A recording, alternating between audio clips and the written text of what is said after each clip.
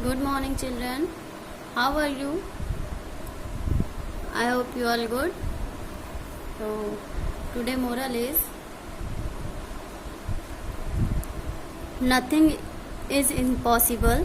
The world itself say I am possible. Nothing is impossible. असंभव कुछ भी नहीं है. The word itself say I am possible. क्योंकि असंभव खुद कहता है कि आई एम पॉसिबल. कैसे? देखिए, इम्पॉसिबल, इम्पॉसिबल असंभव. असंभव मतलब कुछ भी नहीं हो सकता. असंभव खुद क्या कहता है? I am possible. ओके. असंभव खुद क्या कहता है? I am possible. इसको हमने अलग अलग कर दिया. क्या हो गया? I am possible. मतलब असंभव कुछ भी नहीं है, क्योंकि असंभव खुद कहता है आई एम पॉसिबल. मैं संभव हूँ. तो कोई भी चीज ऐसी नहीं है जो असंभव है, हम नहीं कर सकते हैं. अगर करने की कोशिश करेंगे तो क्यों नहीं कर सकते हैं? अगर करने की कोशिश ही नहीं करेंगे तब तो नहीं होगा ना. तो जब इम्पॉसिबल में पॉसिबल शब्द जुड़ा हुआ है कि हम असंभव खुद कहता हम कर सकते, तो हम क्यों इम्पॉसिबल को इस एक साथ जोड़े? हम इसको अलग अलग करके ना जोड़ लें. पॉसिबल तो जब ये खुद बोल रहा है इम्पॉसिबल, मैं संभव हूँ, तो हम क्यों नहीं कर सकते ये चीज? कोई भी चीज इम्पॉसिबल नहीं है, सब पॉसिबल है. बस करने की और समझने की देरी है. अगर हम समझ लेंगे तो हमें करने में कोई दिक्कत नहीं है. कोई चीज ऐसी नहीं है जो हम नहीं कर सकते हैं. बस थोड़ा सा दिमाग लगाने की जरूरत है, थोड़ा सा समझने की जरूरत है. समझेंगे तो क्यों हम नहीं कर सकते? ऐसा कोई काम नहीं है जो हम नहीं कर सकते. फिर मोरल का मतलब है असंभव कुछ भी नहीं, क्योंकि संभव खुद कहता है कि मैं संभव हूँ. असंभव खुद कहता है कि मैं संभव हूँ, इसलिए कुछ भी संभव नहीं है. बस वर्ड को अलग कर लेते हैं. हमको इम्पॉसिबल शब्द आई एम पॉसिबल बोल रहा है, ये खुद संभव है. तो हम जो चीज, अगर हम यही सोच के करेंगे कि हम ये कर रहे हैं ये असंभव ही है, हमसे होगा ही नहीं, तो फिर कोई मतलब ही नहीं होगा. वो वैसे भी नहीं होगा. हमको ये सोच के करना चाहिए कि कोशिश कर रहे हैं, एक बार नहीं हो रही है, दो बार नहीं हो रही है, तीसरी बार तो हमें करके दिखाना ही है. जब हम ये सोच लेंगे तो सारी चीज संभव हो जाएगी, सारी चीज पॉसिबल हो जाएगी. चलिए, तो मोरल जो भी हम आपको बताते हैं वो अच्छे से कॉपी में राइट कर लीजिएगा. उसको हिंदी में भी समझा करिए और इंग्लिश में भी समझा करिए, क्योंकि जितने मोरल हम बता रहे हैं आपको, वो सारे मोरल हम आपको स्कूल में फिर से बताएंगे और फिर से हम आपको पहले पूछेंगे वो मोरल जो हम आपको बता रहे हैं. तो कोई मोरल ऐसा भी नहीं होना चाहिए जो आप छोड़ दिए हो या जिस मोरल का मतलब आपको पता ना हो. तो अगर वीडियो देख रहे हैं, अच्छे से क्लासेस ले रहे हैं, तो आपको मोरल सारे याद हो चुके होंगे. क्या मोरल बताया गया था, कितनी चीजें मोटिवेशन दी गई थी, तो आपको पता होगा. इसलिए आप सारी वीडियोस को देखिए और समझिए, मोरल के साथ चैप्टर्स को पढ़िए. तो अगर आप वो वीडियो देखेंगे तो आपको पता चलेगा कि इससे पहले कौन से मोरल हमने बताए थे, उससे पहले भी हमने कौन से मोरल बताए थे. तो सारे मोरल्स हम आपको याद होने चाहिए. कि अगर क्लास में हमने इंग्लिश मोरल बोला तो आपको हिंदी पता होनी चाहिए, हिंदी मोरल बोला तो इंग्लिश मोरल.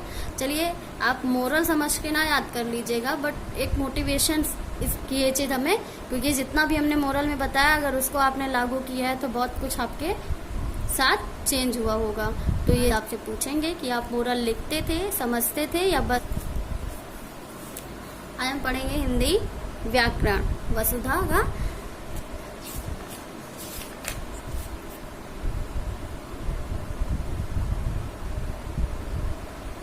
देखिए, हमने आपको हिंदी फर्स्ट का पढ़ाया हुआ था, भाषा और व्याकरण. ठीक है, लैंग्वेज और ग्रामर. हमने इसमें आपको सारी चीजें बताई हुई थी. वर्क भी बताया हुआ था, लेकिन कुछ बच्चों का वर्क नहीं हुआ है, तो हम इसको पीडीएफ में फिर से वर्क हम इसको भेज देंगे, आप उससे कर लीजिएगा. अदरवाइज आप वीडियोस देख के भी कर सकते हैं. सेकेंड चैप्टर इससे पहले हमने बताया था आपको. आज हम पढ़ेंगे थर्ड चैप्टर, यानी तीसरा पार्ट. तीसरा पार्ट कौन सा है? मात्रा और ज्ञान, मात्रा ज्ञान, सिंबल्स और वोवेल्स। बच्चों, पिछले पार्ट में हम पढ़ चुके हैं कि व्यंजनों का उच्चारण स्वरों की सहायता से किया जाता है। व्यंजन के साथ स्वर जुड़ने पर स्वर का रूप बदल जाता है। जैसे मतलब व्यंजन के साथ स्वर जुड़ने पर स्वर का रूप बदल जाता है। जैसे अलग अलग करके वर्ड लिखा गया, उसको जोड़ के हम शब्द बनाएंगे। कैसे बनाएंगे? हमने आपसे पहले बताया था कि जो मुख से ध्वनि निकलती है, उस ध्वनि के उच्चारण से हम समझते हैं कि कौन सा शब्द लिखा गया है। अगर उच्चारण हम कर लेंगे तो हमें कोई भी शब्द लिखने में या समझने में कोई प्रॉब्लम नहीं होगी। तो अगर हम उच्चारण नहीं कर पा रहे हैं किसी भी शब्द का, तो उसको समझने में भी दिक्कत होगी और उसको लिखने में भी दिक्कत होगी। देखिए, अलग अलग करके लिखा गया है। अब इसको आप पढ़ेंगे, कैसे पढ़ेंगे? इसको हम पढ़ेंगे गुलाब। क्या पढ़ेंगे? गुलाब। हम इसको पढ़ेंगे इस तरीके से, तो ये क्या बनेगा? गुलाब। ठीक है, क्योंकि ऊ की मात्रा आई, इसमें ला की मात्रा आ गई है, और बा बोलने में ध्वनि हमारी क्या निकल रही है? बा। लास्ट में क्या निकल रहा है? आ। अब हम इसको मिला देंगे तो क्या बन जाएगा? गुलाब। दूसरा देखते हैं, मछली है, मछली। क्या बन गया? मछली। अब ये क्यों बन गया? क्योंकि छोटा आ पे कोई मात्रा नहीं है, इसलिए हमने माँ लिख दिया। छा भी छोटा आ है, छा के जो ध्वनि निकल रही है उसमें भी छोटा आ रहा है, तो इसमें कोई मात्रा नहीं है, इसलिए हमने छा में भी कोई मात्रा नहीं लगाई है। ली पे मात्रा है, बड़ी ई की मात्रा है, इसलिए हमने ली पे मात्रा लगा दी है, तो इसको बना दिया है क्या? मछली। फिर है सेब। सेब। अब इसमें मात्रा है ए की, और बा तो हम बोल रहे हैं, इस वजह से आ निकल रहा है, तो हम इसको क्या बना देंगे? सेब। यानी जब हमारे मुंह से जो भी ध्वनि निकलती है, उसी के हिसाब से हम समझते हैं कि क्या लिखा गया है और इस शब्द का उच्चारण क्या है, इसका अर्थ क्या है। ठीक है।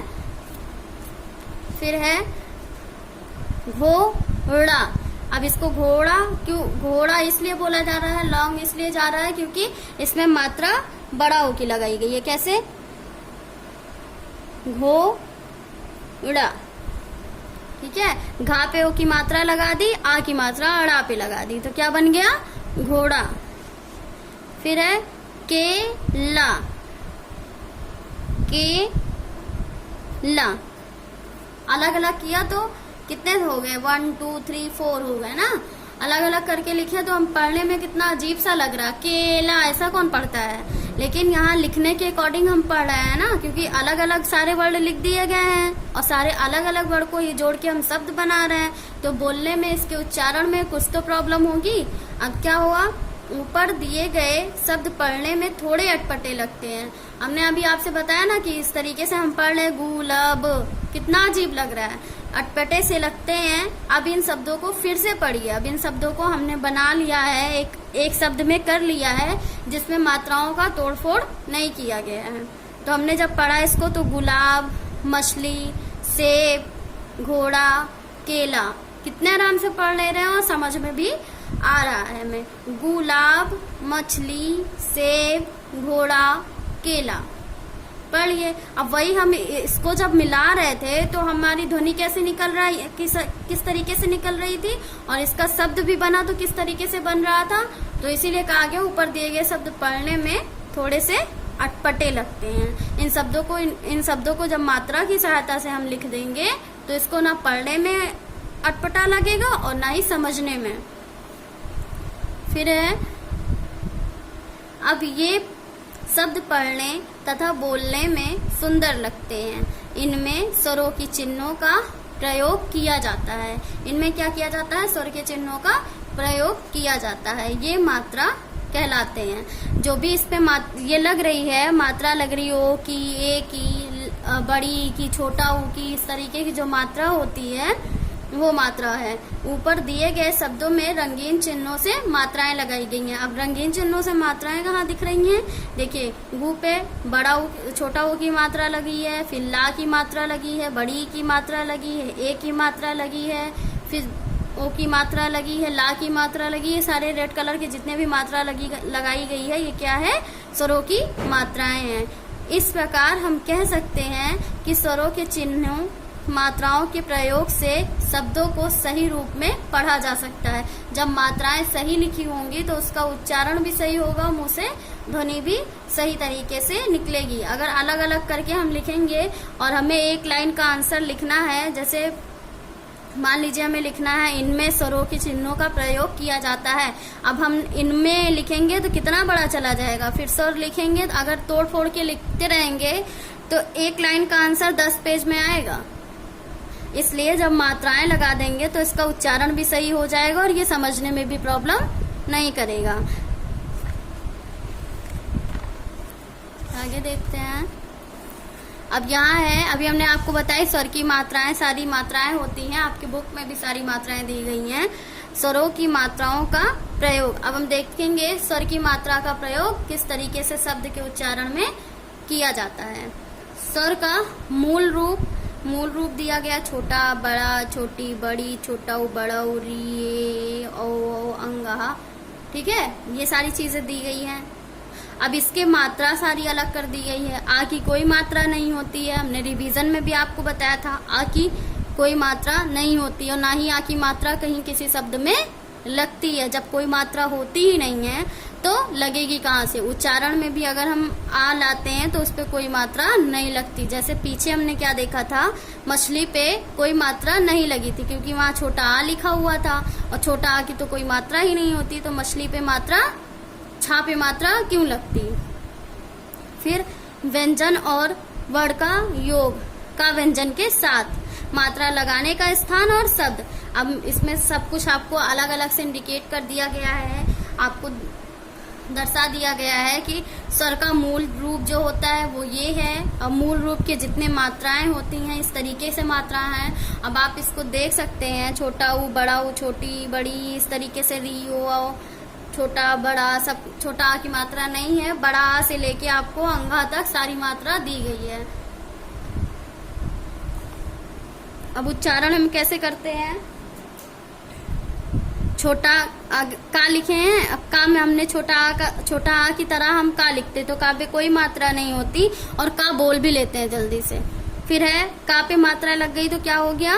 का पे की मात्रा, ई की मात्रा लग गई, छोटी ई की मात्रा तो की, बड़ी ई की लग गई तो की, छोटा ओ की लग गया कु, बड़ा ओ की लग गया कु, री की मात्रा लग गई क्री, हाँ, ए की मात्रा लग गई के, ए की मात्रा लग गई कै, ओ की मात्रा लग गई को, औ की मात्रा लग गई को, अंग की मात्रा लग गई कंग, अंग की चंद्रबिंदी लग गई तो कंग, और अंगह की मात्रा लग गई तो कह। यानी सारी ये जो सारे वर्ड हैं वो हमने का से जोड़ा, सारे स्वर को हमने का से जोड़ा और का पे जो मात्रा आती है उस मात्रा को लिखा प्लस करके, उसके बाद जो उच्चारण में मुंह से निकला वो सारी चीजें हमने इसमें लिख दी। फिर है वर्ण के दाईं ओर, वर्ण के बाईं ओर, वर्ण के दाईं ओर। अब इसका आप मतलब समझ रहे हैं क्या? दाईं ओर बाईं ओर क्यों? क्योंकि जो मात्रा यहाँ लिखी गई है उस मात्रा को लगा के हमें बनाना है। अब वर्ण के दाईं ओर जो मात्रा लगेगी का से तो क्या बनेगा? कान और कागज। बाईं ओर मात्रा लगेगी तो किताब और किसान। दाईं ओर मात्रा लगेगी तो किताब और कीमत और कीचड़। वर्ण के नीचे मात्रा लगेगी कुसुम और कुल। यहाँ मात्रा नीचे लगाई गई है ना, उसी हिसाब से हम यहाँ पे देखेंगे। वर्ण के नीचे लगेगी कूलर और कुबड़।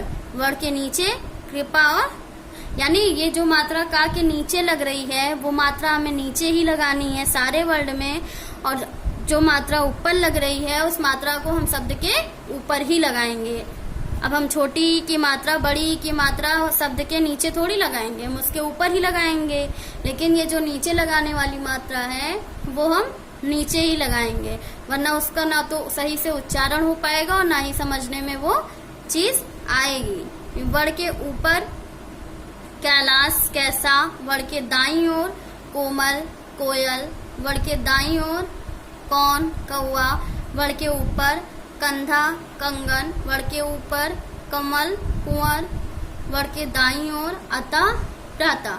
यानी जो भी जितने भी मात्राएं हैं उनको हम बस एक बार आपको देखना है कि का के साथ मात्रा जोड़ेंगे तो क्या बन रहा है। अगर हम इस चीज को अच्छी तरीके से जान समझ लेंगे तो हम यहाँ दिया गया है जरूर आपको समझने के लिए कि दाईं ओर लगेगा तो बाईं ओर लगेगा तो नीचे लगेगा ऊपर लगेगा, ये चीज दी गई है। लेकिन ये सारी चीज आपको इसी चैप्टर में समझाई जा रही है।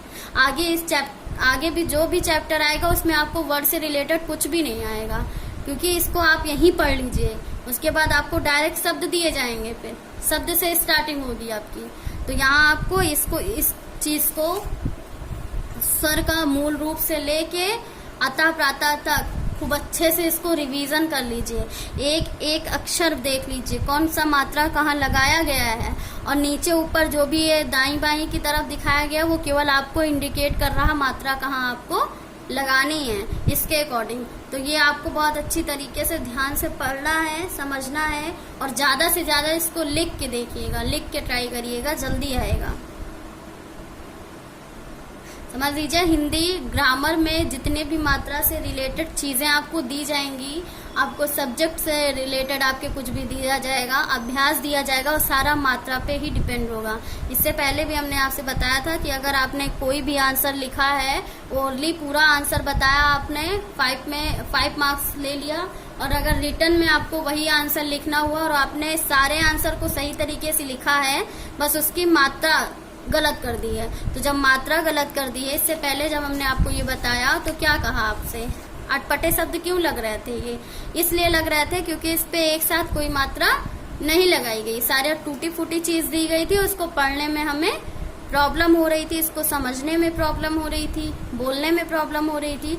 तो जब हमारा आंसर 1 लाइन 2 लाइन का पूरा सही होगा और मात्रा हम एक साथ नहीं लिखेंगे, इस तरीके से लिखेंगे, तो ना तो वो आपके उच्चारण में सही आएगा और ना ही उसको पढ़ के समझ के कोई मार्क्स आपको दे पाएगा।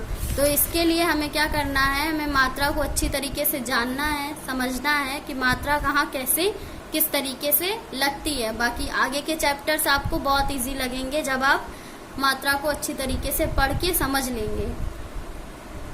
कुछ मात्राएं व्यंजनों के ऊपर लगती हैं, कुछ व्यंजनों के नीचे लगती हैं, कुछ व्यंजन के पीछे तो कुछ व्यंजन के आगे लगती हैं। अब इसमें बताया गया दाईं ओर लगता है, बाईं ओर लगता है, ऊपर लगता है, नीचे लगता है, सब बताया गया ना। इसमें वही है, आपको इजली तरीके से बताया गया है। कुछ मात्राएं व्यंजन के ऊपर लगाई जाती हैं और कुछ व्यंजन के नीचे लगाई जाती हैं, कुछ व्यंजन के आगे लगाई जाती हैं। आगे की मात्रा कहाँ है, कुछ व्यंजन के आगे लगाई जाती हैं और कुछ व्यंजन के पीछे लगाई जाती हैं। तो यही है। फिर छोटा आ की कोई मात्रा नहीं होती, ये आप अच्छी तरीके से समझ गए हैं कि छोटा आ ऐसा है वर्ड जिसकी कोई मात्रा नहीं होती है, या सभी व्यंजनों के साथ जुड़ी होती है, या सभी व्यंजन के साथ जुड़ी होती है। यानी कुछ भी अगर हम बोलते हैं तो बोलने के लास्ट में जो आता है स्वर, उसे क्या कहते हैं, आ का स्वर आता है। कुछ भी बोलेंगे तो का, खा, गा, घा, गा, सब पे क्या आएगा, आखिरी में आ आएगा, और आ स्वर की कोई मात्रा भी नहीं होती है। आर के साथ छोटा ऊ तथा बड़ा ऊ की मात्रा उसके पेट में लगती है। जैसे आर प्लस छोटा ऊ, रुपया और रुचि पेट में लगती है, यानी आर के बीच में लगती है। हम आर लिखते हैं उसके बीच में लगाते हैं, ये दोनों हिस्से के बीच में लगाते हैं, तो इसको क्या मान लिया गया है, पेट में लगाते हैं। ये याद करने का तरीका है केवल कि आर का जो चिन्ह लगाते हैं छोटा ऊ, उसका पेट में लगाते हैं। फिर है आर और बड़ा ऊ, यानी रूप और शुरू, या है वही चीज कि इसके पेट में चिन्ह लग रहे हैं, और लेकिन ये क्या है, बड़ा ऊ। अब हमें यहाँ पे कंफ्यूज नहीं होना है छोटा ऊ और बड़ा ऊ में। छोटा ऊ में क्या है, हमने इस तरीके की मात्रा का प्रयोग किया, और बड़ा ऊ अगर मात्रा बड़ा ऊ का दे दिया गया है तो हम इस तरीके के चिन्ह का प्रयोग कर लेंगे। बस बड़ा ऊ है तो ऐसे लगा देंगे, छोटा ऊ है तो ऐसे लगा देंगे। बस इस तरीके से हमें मात्रा पर ध्यान देना है। अगर इस मात्रा पर ध्यान दे देंगे तो उच्चारण भी सही होगा और लिखने का तरीका भी सही होगा। विसर्ग का उच्चारण हा की तरह होता है। यह वर्ण के बाद में जोड़ा जाता है। वर्ण के बाद में यानी जब कोई वर्ण खत्म होता है तो उसकी आखिरी में इसका निशान लगाया जाता है। जैसे प्रातः, स्वतः, अतः आदि, ये सब क्या है? ये सब चिन्ह हैं किसके? विसर्ग के, जो वर्ण के लास्ट में लगाया जाता है। री की मात्रा सदैव व्यंजन के नीचे लगती है। जैसे कृषक, कृता, कृतपाण आदि, यानी री की जो मात्रा होती है, इस तरीके की जो मात्रा होती है वो हमेशा वर्ण के नीचे लगती है और स्टार्टिंग में लगती है। कुछ भी हम लिखेंगे तो जो आगे का वर्ड रहेगा उसके नीचे लगेगा। ये चाहे आप का की जगह घोड़ा लिख दिए, घोड़ा लिखना है, इसके नीचे में ये मात्रा लगानी पड़ेगी। ये क्या हो गया? री की मात्रा है। फिर व्यंजनों के साथ स्वरों का रूप बदल जाता है, जिसे मात्रा कहती हैं। व्यंजन जब हम बोल रहे हैं, जब अलग अलग शब्द लिखा जाएगा, कोई मात्रा नहीं होगी तो वो अटपटे शब्द लिखेंगे, उसका कोई मतलब नहीं निकलेगा और आपको समझने में भी दिक्कत होगी। लेकिन जब उसके साथ स्वर, मात्रा सब जुड़ जाएगा तो उसका मतलब साफ निकलने लगेगा। छोटा स्वर की कोई मात्रा नहीं होती है। सभी मात्राओं के लगाने का स्थान अलग अलग होता है। मात्राओं के लगाने का स्थान क्या होता है? अलग अलग होता है। हम एक मात्रा 10 जगह पर नहीं लगा सकते, ना अपने हिसाब से लगा सकते हैं। ठीक है, मात्रा वही लगेगी जो उस वर्ड पे सूट करेगी, जिसका उच्चारण उस वर्ड के हिसाब से सही होगा। आर के साथ छोटा ओ तथा बड़ा ओ की मात्रा उसके पेट में लगती है। छोटा ओ की मात्रा, बड़ा ओ की मात्रा भी हमने आपको बताया कि आर पे किस तरीके से छोटा ओ की मात्रा लगती है और आर पे किस तरीके से बड़ा ओ की मात्रा लगती है। विसर्ग वर्ण के बाद में जोड़ा जाता है। विसर्ग का चिन्ह इस तरीके का होता है। जो कोई भी शब्द खत्म होता है, वर्ण खत्म होता है तो उसके लास्ट में ऐड करते हैं, उसको क्या कहते हैं? विसर्ग। ये वर्ण के शब्द में, वर्ण के बाद में जोड़ा जाता है, यानी वर्ण के बाद में जब शब्द जोड़ा जाए वो विसर्ग का चिन्ह होता है। फिर का एक्सरसाइज पे आते हैं, अभ्यास पे। सही विकल्प पर सही का टिक लगाइए। तो सही विकल्प पे सही का टिक कैसे लगाएंगे? स्वरों की ध्वनि कहलाती है। स्वरों की ध्वनि क्या कहलाती है?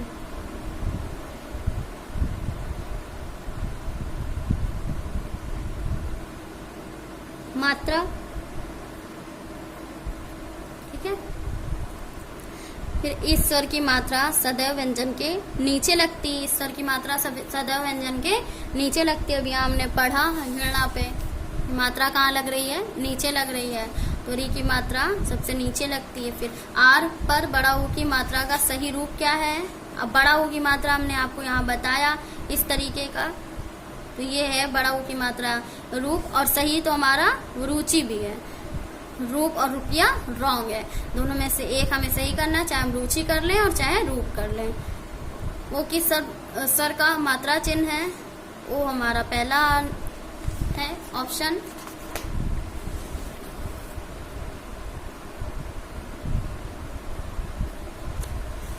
उचित शब्दों से रिक्त स्थानों की पूर्ति कीजिए। अब उचित शब्दों से रिक्त स्थानों की पूर्ति करना है। डैश के साथ जुड़ने पर स्वर का रूप बदल जाता है। व्यंजन के साथ जुड़ने पर, व्यंजन के साथ जुड़ने पर स्वर का रूप बदल जाता है। स्वरों का बदला हुआ रूप मात्रा कहलाता है। विसर्ग का उच्चारण हा की तरह होता है।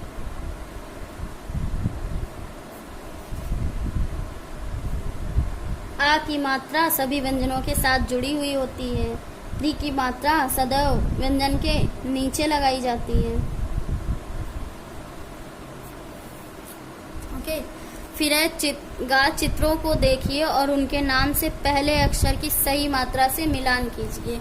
चित्र को देखना है और उनके नाम का पहला अक्षर जो है वो सही मात्रा से मिलाना है। सूरज, सूरज कैसे लिखा जाता है? सूरज ऐसे लिखते हैं। तो इस पे बड़ा ऊ की मात्रा, ये बड़ा ऊ की मात्रा वहीं सा पे है, तो हम इसको यहाँ मिला देंगे। लिखिएगा नहीं है, ये हमको आपको समझाने के लिए, इसको बुक में मत लिखिएगा, बस इसको समझाने के लिए हम यहाँ पे आपके टिक लगा रहे हैं और राइट कर रहे हैं। मिलान तो आपको करना ही है। फिर ये किताब है, किताब इस ऐसे लिखते हैं, इसकी मात्रा ये हो गई। अब ये मात्रा हमने दा पे देखी तो हमने यहाँ दा मिला दिया है। फिर गुलाब है, गुलाब पे छोटा ऊ की मात्रा होती है, छोटा ऊ की मात्रा यहाँ पे दिया गया है तो इस पे यहाँ पे मिला देंगे। मोर, मोर पे हमारा आ की मात्रा लगाई गई है ओ की, तो हम आ से मिला देंगे। अब हाथी, हाथी पे आ बड़ा आ की मात्रा लगाई गई तो बड़ा आ की मात्रा बा पे है, तो हम हाथी को मिला देंगे बा से। मिलान हो गया। खेल, खेल में का नीचे बनी मछली में बहुत सी शब्दों में मात्राओं का गलत प्रयोग हुआ है। आप सही मात्रा वाले शब्द चुनकर दूसरी मछली में डालिए। यानी दो मछली का चित्र बनाया गया है, एक में गलत शब्द भरे गए हैं और इसको सही करके यहाँ आपको लिखना है। मात्रा गलत है, उसको हमने सही मात्रा लगा के यहाँ पूरा करना है। अब स्कूल है, स्कूल में छोटा ऊ की मात्रा नहीं लगेगी, तो हम यहाँ इसको सही करके लिखेंगे, बड़ा ऊ की मात्रा लगा देंगे। लड़की, लड़की भी गलत लिखा है कि लड़की होगा, की नहीं होगा। किताब, किताब होगा। बकरी सही है। बांदर गलत है, इस पे क्योंकि मात्रा बंदर होता है, मात्रा इस पे नहीं रहेगी। कछुआ पे बड़ा ऊ की मात्रा लगाई गई है, जो कि इस पे छोटा ऊ की मात्रा रहेगी। पुस्तक, पुस्तक पे भी छोटा ऊ की मात्रा रहेगी और इस पे बड़ा ऊ की लगाई गई। बाकी पपीता है, पपीता भी अब यहाँ रॉन्ग लिखा गया है, तो राइट करना है। पपीता पे इस तरीके की मात्रा नहीं होगी, पपीता पे ऐसी मात्रा होगी। बाकी सही है, यानी जितने स्पेस दिए गए थे, जगह दी गई थी, वो सारे हमने इसमें फिल कर दिया है। जो बचा था उसका आंसर पूरा करके मछली पूरी कर दी है। उदाहरण के अनुसार दी गई मात्राओं दो दो शब्द बनाइए। उदाहरण के अनुसार दी गई मात्राओं के दो दो शब्द बनाइए। अब दो दो शब्द कैसे बनाएंगे? मात्रा अगर अच्छे से समझ गए हैं तो बना ही लेंगे। चूहा है, चूरा है, और है, या ओला है, पूरा कर लेना है। अपने आप से मात्रा लगाइए, अपने आप से इसको कंप्लीट कर लीजिएगा। और सारा वर्क आपको कॉपी में करना है। कुछ भी प्रॉब्लम होगी तो पूछ लीजिएगा। ए से आपको शब्द, क्री से भी शब्द आपको पता है, जो शब्द के मात्रा, अब आप कंप्लीट कर लीजिए। ए से भी जो है करना है, आप कर लीजिएगा। इसको भी कंप्लीट कर लीजिएगा वर्क। मिलान भी आपको कॉपी में करना है, उचित स्थान भाई भी आपको कॉपी में करना है, टिक द करेक्ट आंसर भी कॉपी में करना, क्वेश्चन आंसर, ये सारा वर्क आपकी पीडीएफ में जाएगा और सारा वर्क आपको पीडीएफ में करना है। कुछ भी अगर समझ में नहीं आएगा तो बताइएगा, रीड करिएगा, खूब अच्छे से समझने की कोशिश करिएगा। उसके बाद तब आप आगे वर्क कंप्लीट करिएगा। आज जब अच्छे से समझ लेंगे तो आपको कोई भी क्वेश्चन कहीं से भी दे दिया जाएगा, आपके लिए कोई प्रॉब्लम नहीं होने वाली है। आप अच्छी तरीके से उस चीज़ को पूरा कर लेंगे। फिर जब नेक्स्ट वीडियो में हम आपको पढ़ाएंगे तो हम आपसे इससे जो रिवीजन हुआ होगा या जो पढ़ाया गया होगा, इसके बारे में हम आपसे फिर से पूछेंगे, आपसे फिर से कहेंगे। तो ये चीज़ आपको फिर आपको रीड कर लेना है, चैप्टर समझ लेना है। जो भी प्रॉब्लम होगी वो बताइएगा। और MPS कोड इज 102। और कोई भी प्रॉब्लम होती है तो आप बताइएगा, कमेंट करिएगा, जो भी आपको नहीं समझ में आएगा। रही बात फिर से first second third chapter revision की, तो वो भी होगा, उसके लिए कोई प्रॉब्लम नहीं है। पहले आप इसको अच्छे से पढ़िएगा, समझिएगा, वर्क करिएगा, फिर जो है बताइएगा। Thank you.